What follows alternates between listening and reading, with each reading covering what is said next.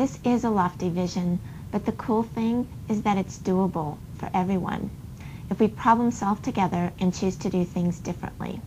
Here's a little visual. Hey, Sam, it's a truck. We're getting. You're supposed to walk. Oh. You're supposed to walk yourself. But I can't. We need to know our purpose. For school, a critical one is learning how to learn. We need to know how to do that. Many educated people are evidence that we do.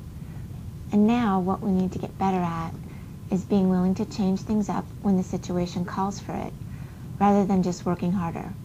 If we get this last one, problem solving becomes flow, where work and play mash into one. Indispensable people are awakened and things that matter happen. If we're seeking that big difference, then we need to be asking more what ifs.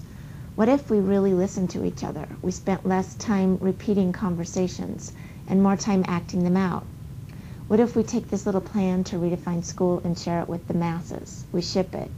What if many eyes and heads wrap their brilliance around it and we tweak it and remix it? What if we end up with authentically rich, world-changing problems and school that matters?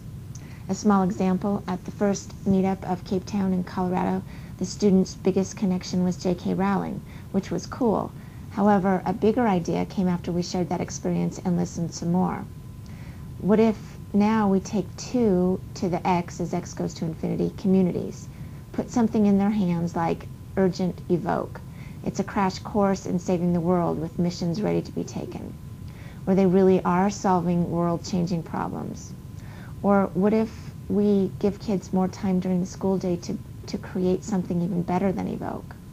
Well, that would be cool beans cool. Okay, so what if the government is now our employer?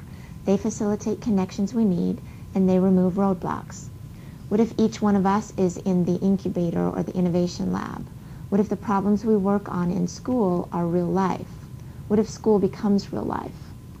Now, this is not ridiculous. It's happening in places where bold, indispensable people are deciding to move off the grass. Check out Science Leadership Academy in Philadelphia. They patented a flow process biodiesel reactor, gave it to a small village in Guatemala. This village is no longer a statistic of impoverishment. A student writes of the experience. This biodiesel reactor has been a real journey. I thought of it as something that wouldn't be built, just some project that would be thought of and then dismissed. It might be a tad harsh to think of it that way, but that's honestly how I felt. When I heard that the reactor would be built for fuel for villagers in a South American country, I still thought it'd be something that we would just see in it'd be great if we could help them out way.